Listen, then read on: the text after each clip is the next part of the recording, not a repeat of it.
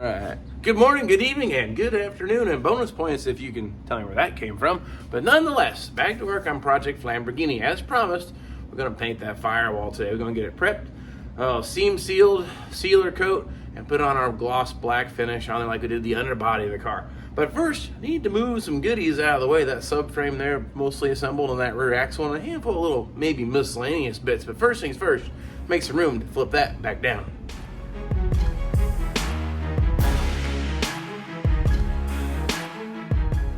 Now that's what I call room for improvements. Check that out. I got plenty of space now to flip that body back down onto the floor. Gonna jack up the front of it high enough so I can spray paint that whole bottom edge of the firewall. Because I do that, I'll show you here up close, but that whole seam there where the firewall meets the floor pan, so I tape it off and paint from there up. So I'll be taking the car flipper off temporarily off the front, putting on jack stands, putting the front of the body pretty high in the sky.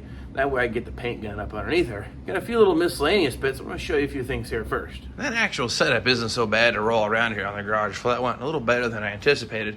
Normally I try to time it where this isn't sitting underneath there, but you know, timing worked out a little weird, so I started building the engine a little sooner than I should have, but whatever. Nonetheless, remember all these parts I used to have scattered here on that whole floor. Engine parts and everything. Well, I'm down to this rear suspension, front bumper mounts, and a couple little things. This is looking a lot better, but of course, it's not the end of the road for us. We got a lot more pieces to put back on, but last good shot here with the underbody. But what I wanted to show you, I plan on taping it and painting it from this seam forward. So I need to prep this area here, Scotch-Brite these. I plan on bringing my tape line around back to here and then painting from here forward all the way up. And if you remember from the past videos, this has all been sandblasted. This is a nice epoxy coat. So it's a great foundation what we're gonna do, but I need to come back here and redo or reinstall the seam sealer back in here. Not to mention wipe this thing down. It is dusty as heck from being out here. And the same thing, we need to scuff all of this metal with Scotch-Brite so that our next layers bond to it. And the same thing, I need to do the seam sealer in these areas here. So I'll go ahead and touch all that up while I got the seam sealer going. But the next thing though, we'll flip this thing out of the way and get just a little more room to work, because this thing's going to be right in the way of trying to paint it. So car flipper comes off temporarily, but I assure you this thing is super easy to install. Well, so while it's got some room to get under here, I'm going to go ahead and scuff up the surfaces that I need to paint, because it's a lot easier on its side than laying on my back. So I'll get all this here scuffed up and prepped, and I'll go ahead and tape off at least my tape line. Then once I put it down, I'll put the paper on it. So I'll get this taken care of.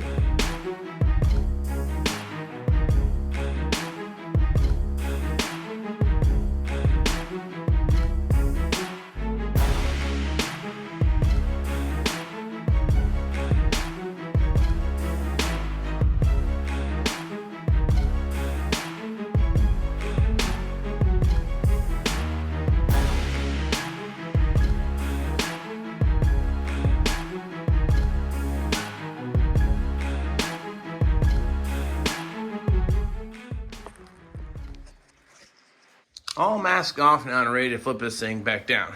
In case you get a better view of what I was talking about, taping this off, I'm going to paint from here forward. Then my tape line, whatever it may be, will be actually lined right up with these panels. So basically, not really discernible, the tape line. That's the idea. Now, of course, the underbody of the car, does it really need to be that detailed? You may be asking yourself. The answer is probably not. But for me, I like for it to look good as possible. So whoever gets underneath this car can think of one of two ways. Either putting on a lift for an inspection or repairs, or maybe ran somebody over. One's probably better than the other, but either way, I like it to look good in case one of those situations were to come about. So anyway, now that's all scuffed, taped off, ready to flip down. I'm gonna put this back on the ground. We'll get this pulled off of here. Okay, now to put this thing back down. Jack handle, make sure this, open that just a little bit. Give it just a little, tug right with that. Front windshield clips.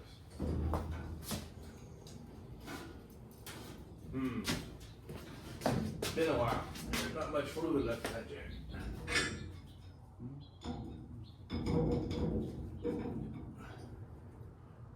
There we go. All right. Now,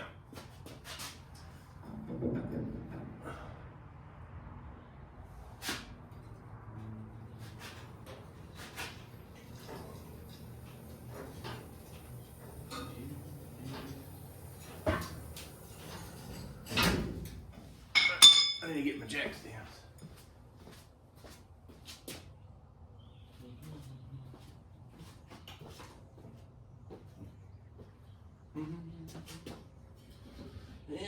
Yeah. Oh. About there.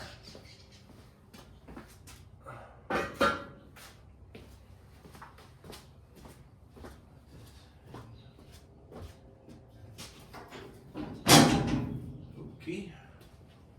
Been a while since I've seen this side of the car.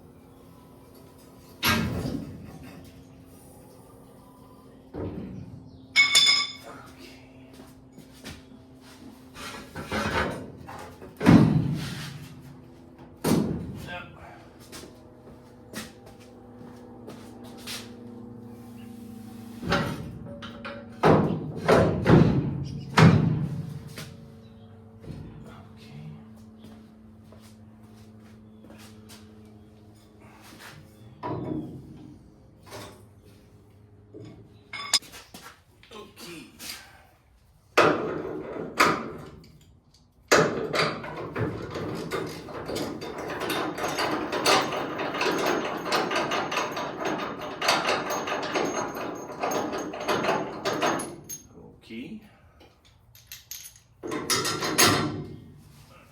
Next.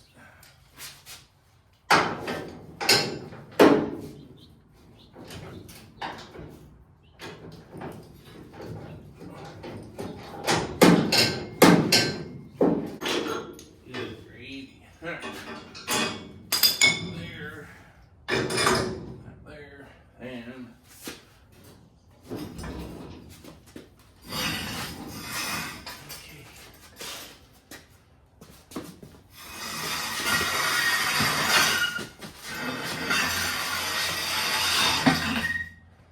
now we got some room to work. Now,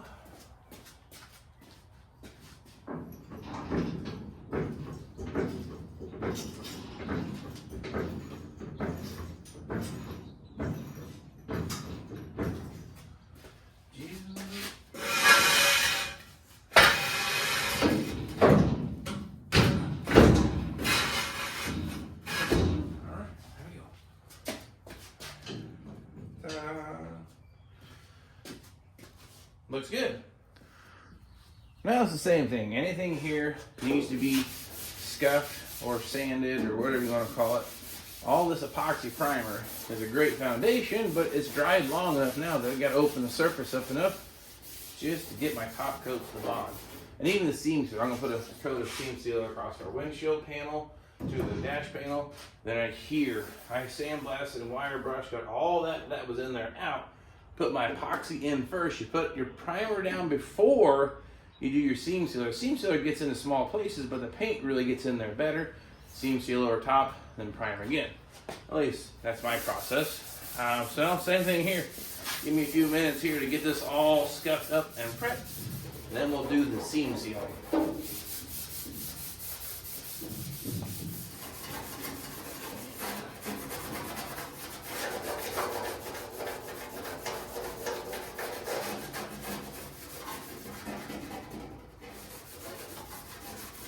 Okay. That should do it. On to the next part, right here. Take this here, and especially that seam there, I'm going to make sure all any kind of Scotch-Brite dust or sanding dust is all cleaned out of that crevice. And I'll go ahead and blow the whole thing off here too, get some of the dust out of the way. Do that seam just the same. Now what I'm going to use, Transtar brand 4167 Ultraflex Seam Sealer Black. So it works. Local paint supplier has it on the shelf, about $20. Reasonable. It works pretty nice, dries nice. I'm going to use it on this seam here, one on the windshield. I'll go through this here. I don't have to be as pretty as this because we'll never see it again. Same thing, I'm going to get some of this area here and seal it up. But other than that, that's all we're going to get in today. But I also like to use a little masking tape. I'll show you how this works, but that stuff is messy. I have not perfected the technique to take that thing and go with a caulking gun and lay the perfect bead. I'm just not that good. So I like to lay tape on it so I can control where the slop goes, and I peel the tape back, leaves a nice clean line. That's not how the factory did it, but I think it looks better and it does the job of sealing up my cowling and my dash panel. So let's go ahead and get this taped off. Now, wouldn't that be something to leave it looking like that? That would definitely get some attention. Maybe not what I'm looking for, but here's what we've done. You can see here, this is the top structure. There's the inner cowl piece, and there's the actual, I guess there's 3 layers there. So you can see all 3 layers. I have a small gap between them. It's about a 1/2 inch gap all the way, but I'll lay in a thin bead. Then I come back and just take my finger and do some finger painting and level it all off. And then before it completely dries, we peel that tape right back off. Same thing with the windshield channel. I want to get this all sealed up and packed. I don't want to get water getting back up underneath this panel and causing some damage. This dash was in horrible shape when we started on this car. We're going to try to keep it lasting as long as we can. And then I'll do the same thing here to the cowl side panels here. You'll see a little bit of a gap that could allow some water to get in there over time. But this car's not going to see the weather. But since I should have plenty of that left over, that stuff's a little spendy, I'm going to use it where I can. And then I want to do the trunk and some other areas of floor pan at some point. But my focus today is get this firewall painted, so when that is done, I can put these 2 back together. So anyway, all right, let's get this thing going and get these seams filled. Hello. Clean up action here. The last bit of dirt and whatever may have settled in there out.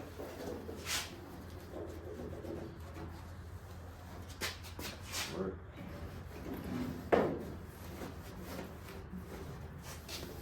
Do the same back. Okay, now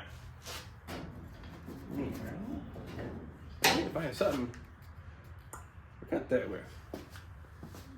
Now, there's probably all kinds of videos you can watch for the guys that really are gals, let's be fair.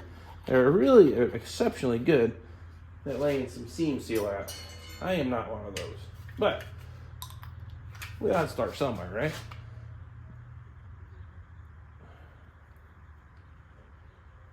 That looks pretty good. That looks beautifully horrible.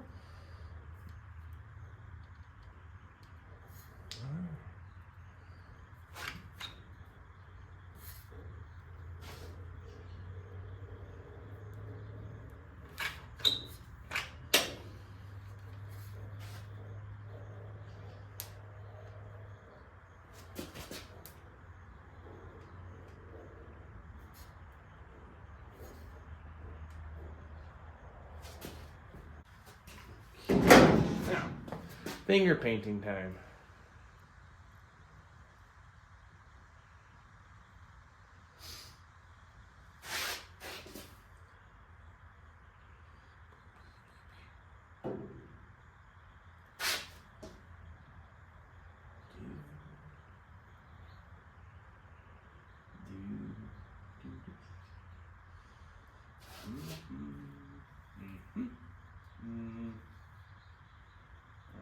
Okay.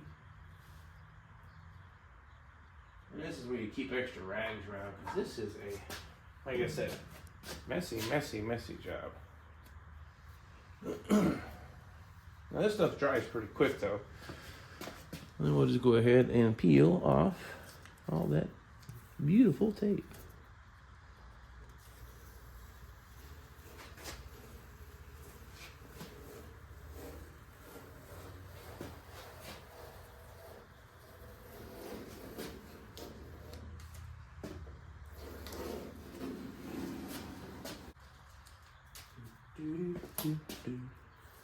You know, now I think about it, probably should have done the windshield channel first, because I got to reach over this to get to that. But I'll just steer clear of it.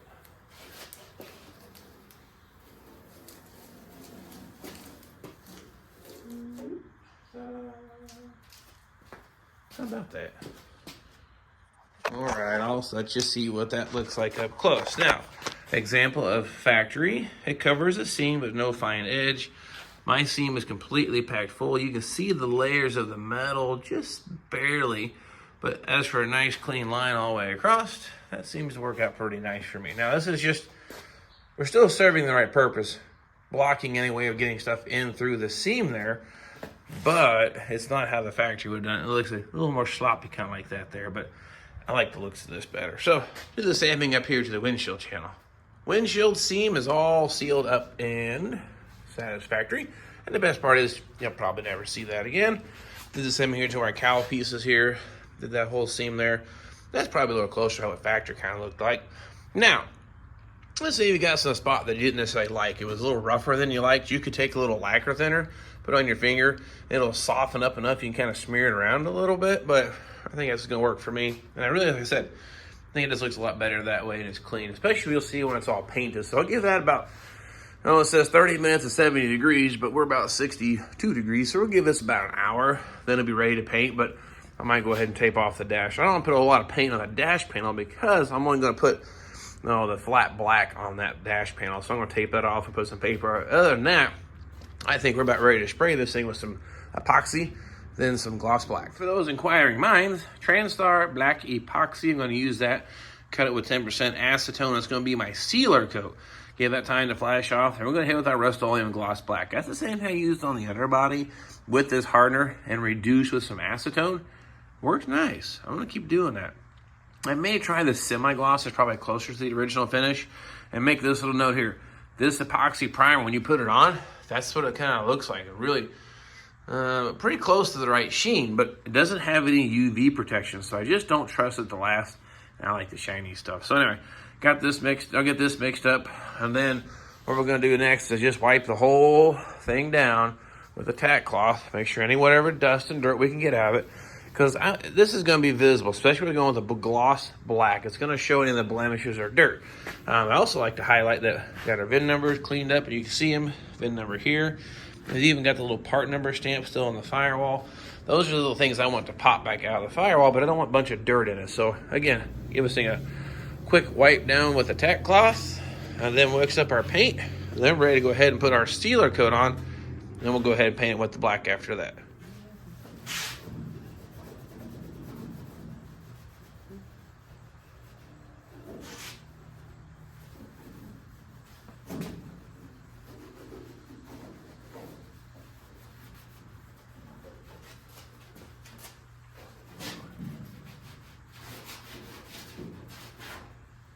Ugh.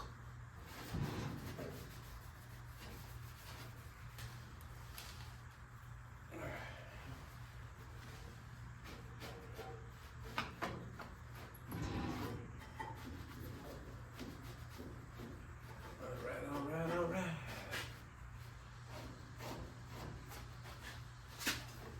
Okay. Let's put on some paint.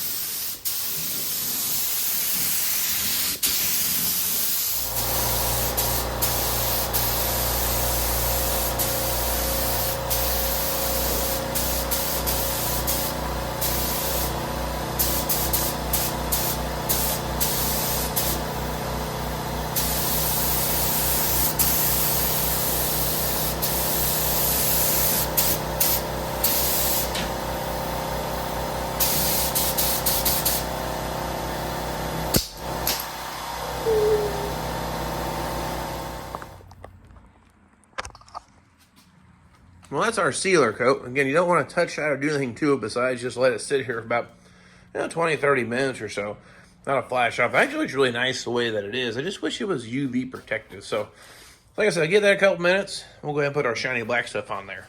Well, the epoxy is all flashed off and ready for paint.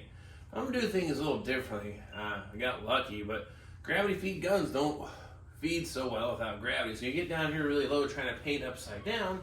Well, the paint doesn't work out so well. So the paint being full or more, I guess, product inside here, better chance to get a good coverage underneath here. So I'm going to start basically on the bottom. And as I come back to the top, it'll level off and I'll get all my paint out of there. I guess you could say almost a rookie mistake. So I want to share that with you. So I'll go ahead and get masked up, spray the underside here, and then work my way up. And then we'll be done with today's project.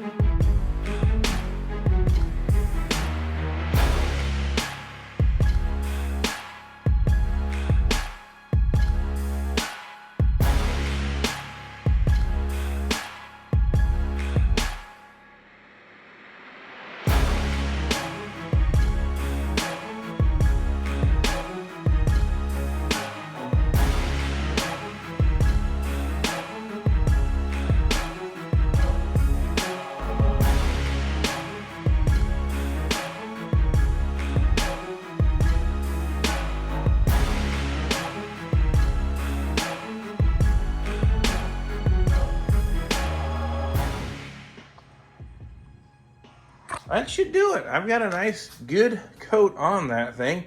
That stuff lays out pretty nice. Is it 100% dust-free? Absolutely not, because I'm painting it in a daggum garage. And it's a Firewall, but I think that's going to work out great. Definitely way better than that rusted-out heap that we hauled home, and looking a whole lot more gooder. Well, look, I've let that dry for a bit. I'll put the car flipper right back on it.